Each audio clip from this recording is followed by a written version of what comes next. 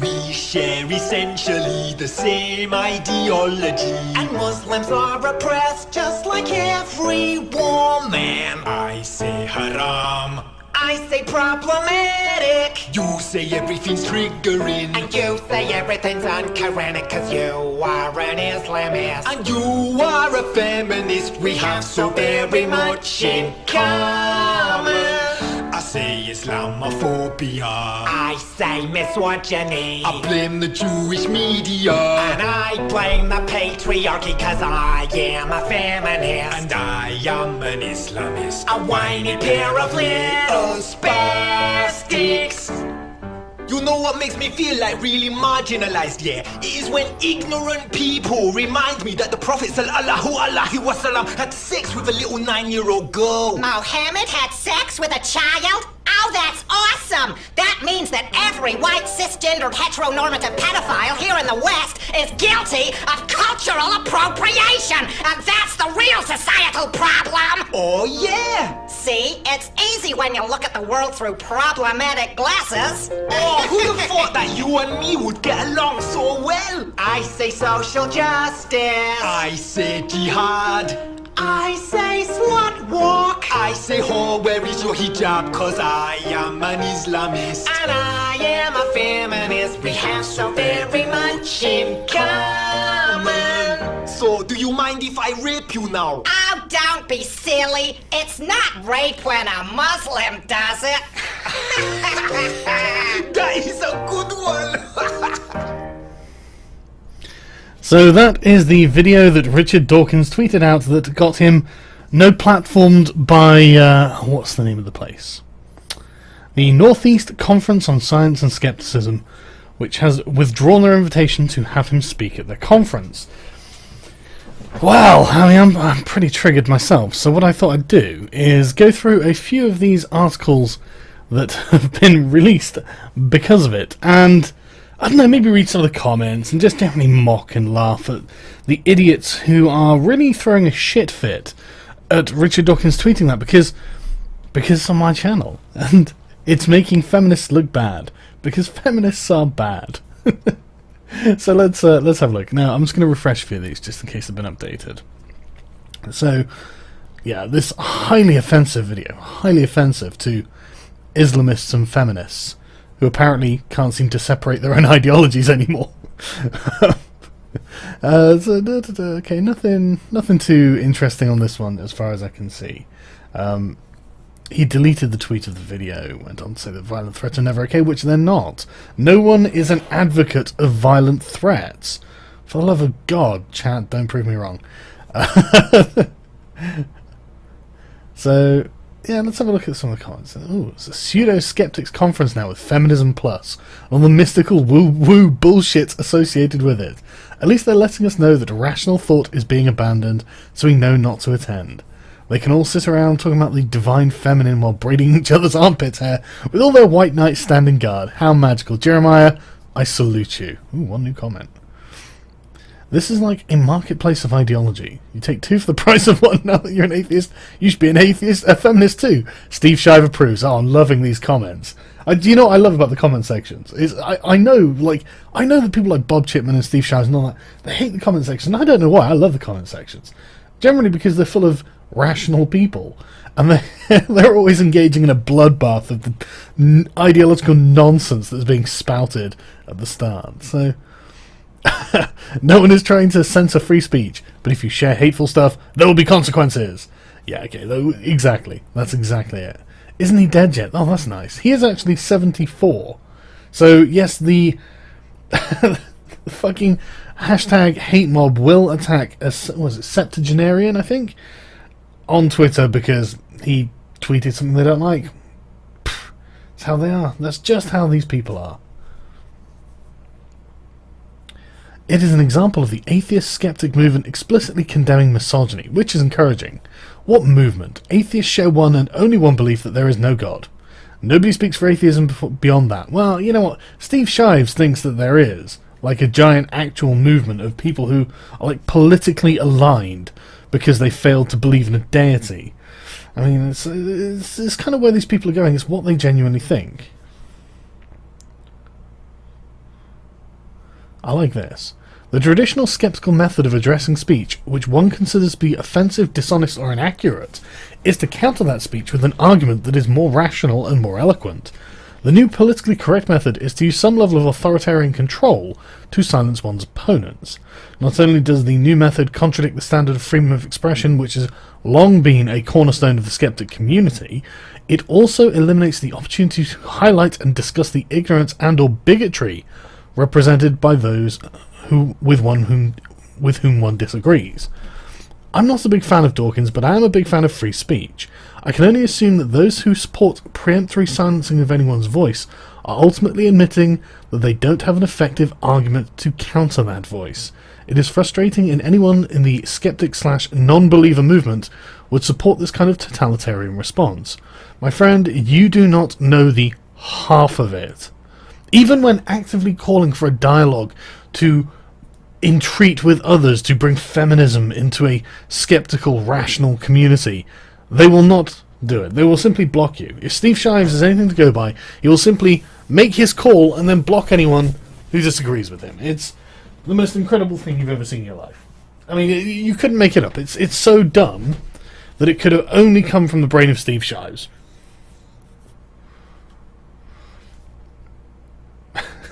So you can be skeptical about anything but not feminism. Shh, it's misogynist to point out inconsistencies in arguments. Because the thing is, like, any CSS, everyone knows why you've done this. Everyone knows. Look at all these comments. They all know. They all know. None of the skeptic community is turning more and more into a blatant cult, which is pretty ironic. I mean, we're explicitly condemning misogyny. How exactly was Professor Dawkins being misogynistic? Where is this? Where are the people on your side? I mean, I suppose Pathos. I think Pathos is not social justice central, at least as far as I can tell. But I've got another one here, so we'll see. So that previous one was by Matthew Facciani. I don't know how to pronounce that. And this one is by Hermant Meta. Okay, I have no idea, but I'm just checking chats in case they know anything. No, you guys don't know anything, right? Okay. No, that's, well, you know what I mean about this. Oh yeah, by the way, if anyone has anything that's come up about this, please tweet it using the hashtag Dawkins, and I'll have a look at the hashtag towards the end of this stream, and we'll see if there's anything interesting that's been pulled out that I can pull out from that. But okay, so Herman, go on, what have you got for me? Dawkins responds after being booted from any CSS conference. So Dawkins was one of the keynote speakers, and there's the removal. I'm sure that if you're watching this, you've probably watched the previous video, but they've withdrawn their invitation for Dawkins to participate because of his approving retweet of a highly offensive video. It wasn't a retweet, it was an actual full-on tweet, I'll have you know. I mean, they're not talking about him retweeting the clone attacks one, the aftermath of the clone attacks. That was actually, like, willfully inoffensive. And I caught flag for it being willfully inoffensive. No, it was the offensive one. See, look. The video in question. Oh, is he linking to it? He is linking to it, thank you. I'm not going to lie, I like that. Not because, I'm not worried about the money or anything like that, I just find it, I don't know, there's something nice about forcing them to link directly to my videos. I don't know why I like that so much. It's more sort of, you know, who's the cuck? Well, one who actually exists, right, okay. The video in question, oh no, this probably isn't actually my video, is it? Oh no, it isn't, so fine. Yeah, the video in question caricatured a feminist, one who actually exists, although I doubt Dawkins knew that, and was titled Feminist Love Islamist. Okay, I'm just gonna the Islamic chap in the video was also caricatured. It's this guy. Alhamdulillah wa salatu wa salamu ala rasulillah amma ba'd. Assalamu alaikum wa rahmatullahi wa barakatuh. Hey guys, how are you today? Basically, honestly, I don't think I've ever been better. This is the channel on which all of the videos are going to be uploaded from now on. The other channel, the Nasihat al-Shawan, there's a restriction that's been put on it because someone tried to get the channel shut down. so I can't really upload videos longer than 50. Oh, well, that's actually terrible. I think he should be able to upload any kind of hate speech that he wants. But so the other chap is Dower Man. It's not these aren't actually stereotypes; they're actually caricatures, and we'll get to just why that's so funny in a bit. But I love Dawkins' original tweet. Obviously, this doesn't apply to the vast majority of feminists, among whom I count myself, but there is a pernicious minority.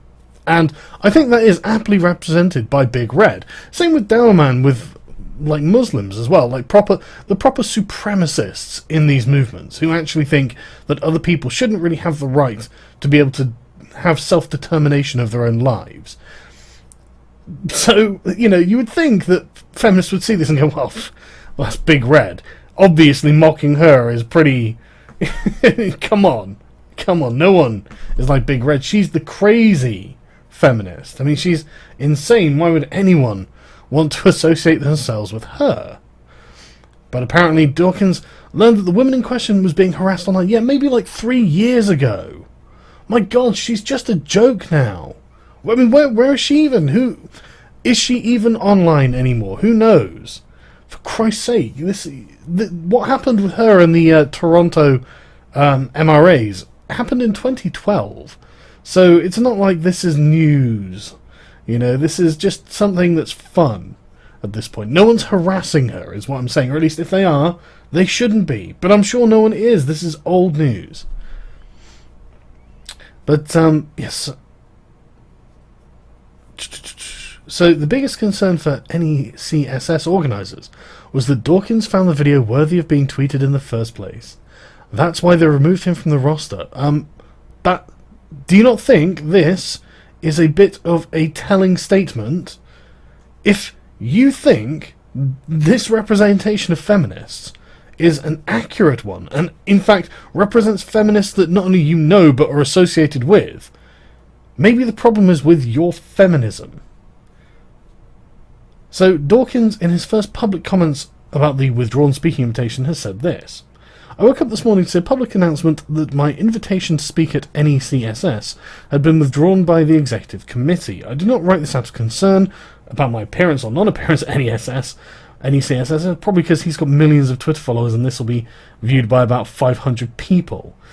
But I wish there had been a friendly conversation before such unilateral action had been taken.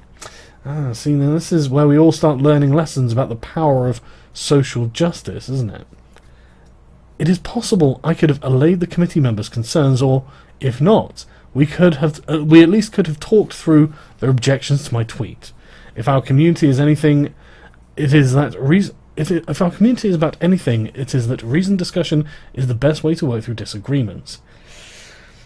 See, we've had this problem in the game industry. That's exactly what you may well have thought. And you may well have thought, well, flaming, massive, blazing disagreements across message boards are exactly the hallmark of this community, and in fact what makes them great. And there was a time when that was the case, probably for you as it was for gaming, and not anymore. Now you're moving into the era of safe spaces, Mr. Dawkins, or Professor, sorry. I might mention that before receiving any word from any CSS, I had already deleted the tweet to which they objected. I did it purely because I was told the video referenced a real woman who had been threatened on earlier occasions because of YouTube videos in which she appeared to her disadvantage. Yeah, I mean, Professor Dawkins knows all about this, but he knows that she was being horrible.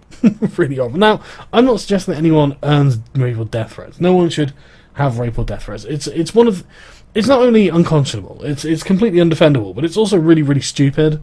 It's like actually dumb as well. I mean, it's terrible. It's totally immoral. Don't fucking threaten to do harm to people, just ever, really.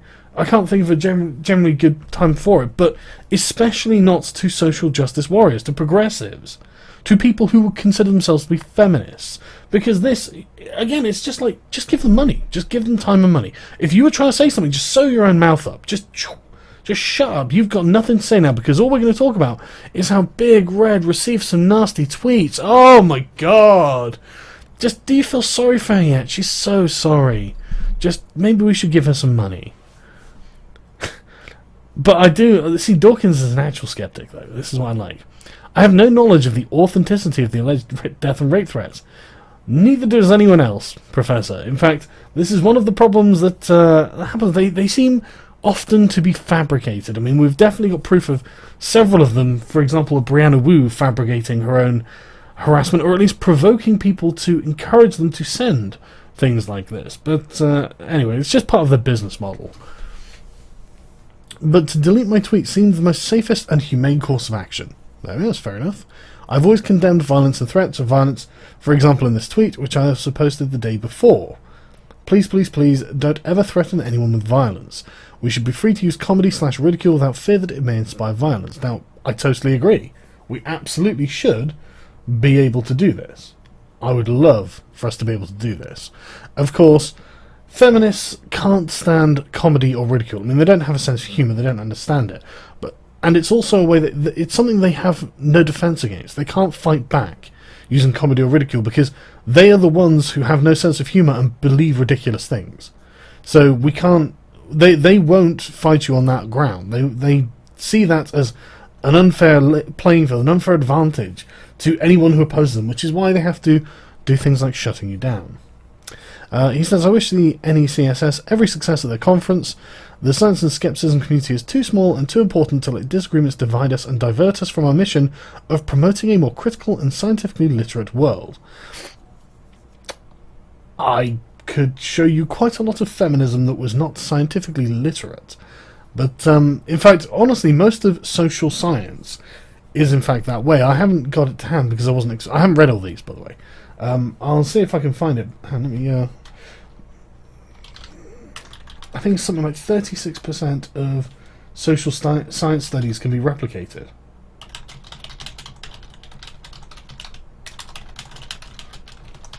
Which, there we go. So, inside... Oh, crap. Sorry about this. So, if we look at this one from Inside Higher Ed. So, science is a process, not a product. Often a long one. Blah, blah, blah, blah, blah. So, how much was... Right, okay, so...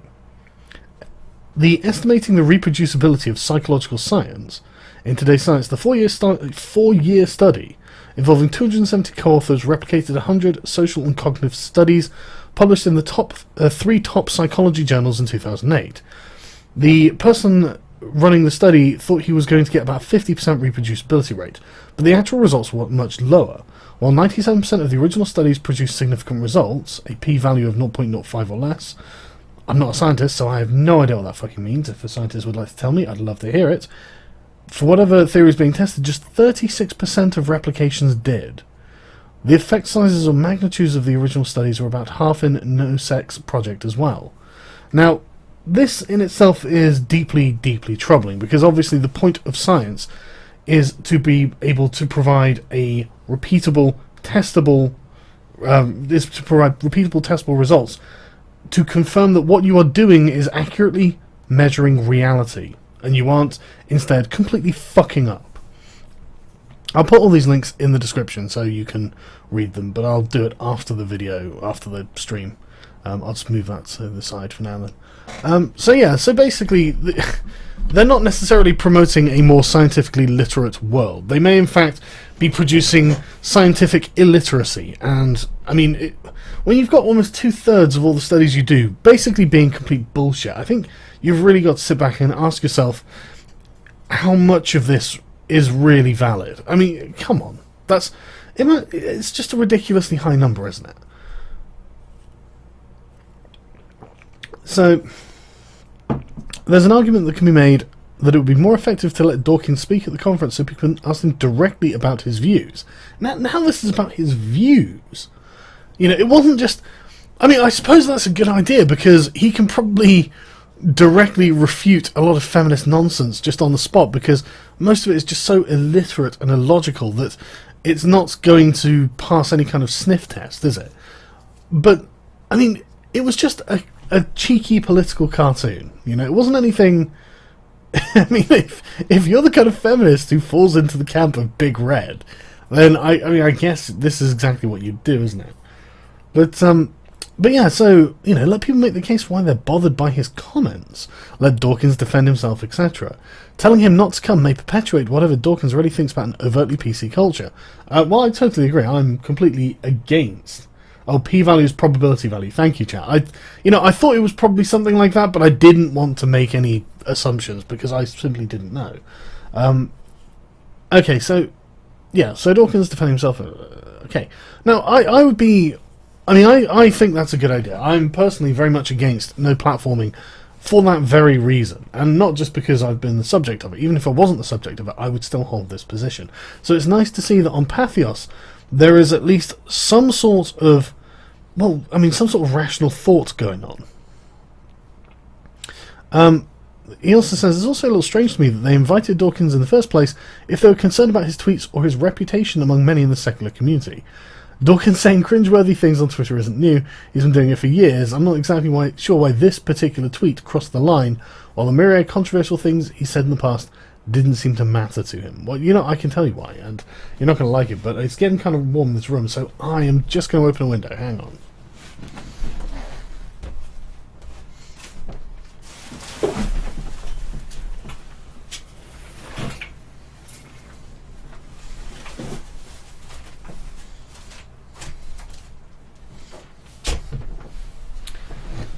Okay, well, basically, I think feminists are afraid of me, and I'm not trying to sound like an egotistical twat when I say that, but seriously, I literally seem to be the feminist devil at this point. I get people tweeting, like, screenshots of conversations where I have been brought up by the feminists because they've said, oh, go and just watch Sargon's videos if you're such a misogynist, or something like that, and it's brilliant, because it's one of those...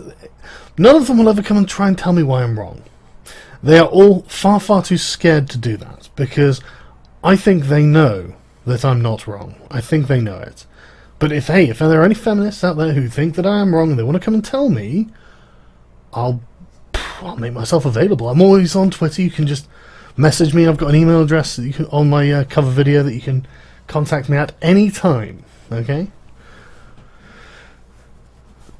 So let's have a look at some of the comments on this. I would predict there would be a thoughtful, rational discussion in this thread with no strawman caricatures or name-calling at all. Well, there wasn't on the other one. The other one was really good. There is nothing inherently wrong with the video. It was typical political parody.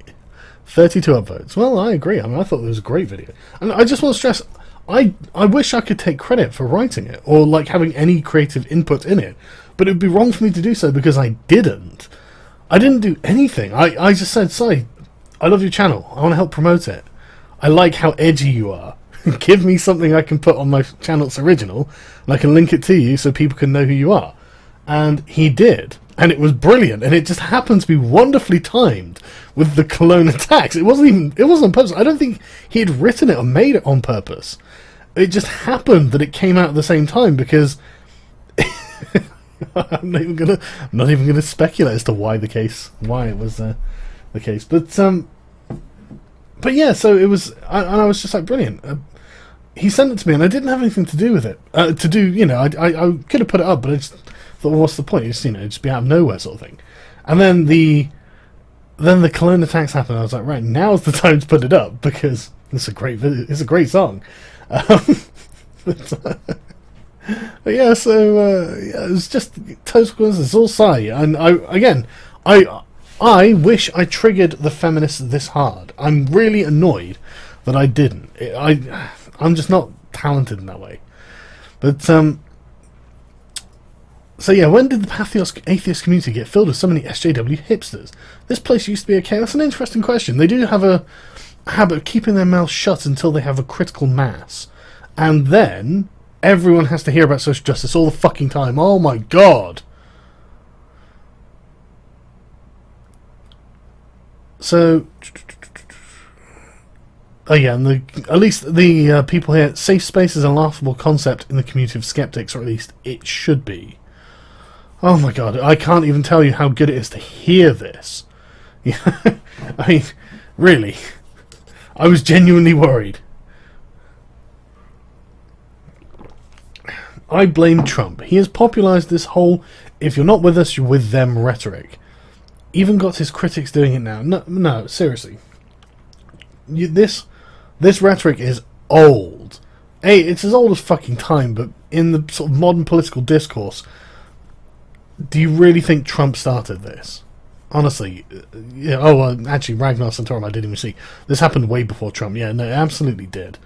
Jesus Christ. I blame Trump for this. Trump is not